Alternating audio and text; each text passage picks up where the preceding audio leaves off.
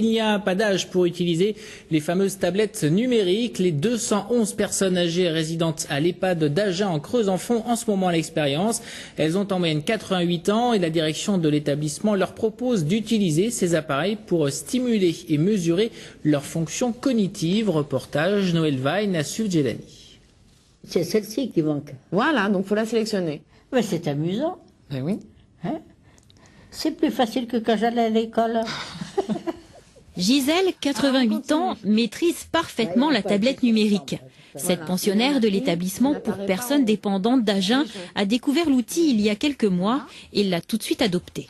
J'ai vu beaucoup de choses dans ma vie. Hein. Et cette petite tablette, tout de même, elle a eu un petit quelque chose d'agréable, d'ailleurs, à travailler. Et puis, ça m'a plu. Chaque séance d'utilisation de la tablette numérique est encadrée par la psychologue de l'établissement.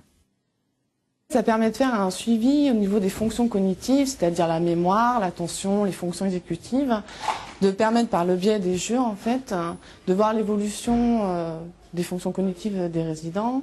Et ça permet d'améliorer l'estime de soi des résidents.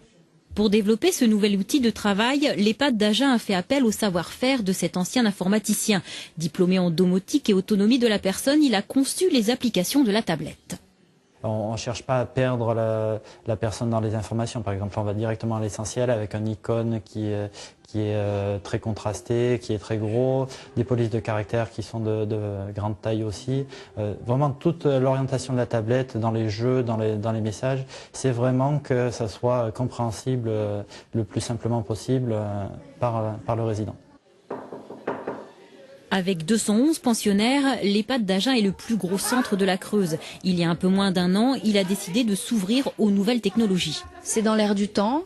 On parle beaucoup de domotique pour les personnes au domicile. Ici, c'est le domicile des résidents. Hein, c'est leur lieu de vie. Donc effectivement, on se doit aussi d'adapter leur lieu de vie à ces technologies-là. Aujourd'hui, l'établissement souhaite développer cette utilisation. Il recherche des sponsors ou des partenaires pour acquérir d'autres tablettes.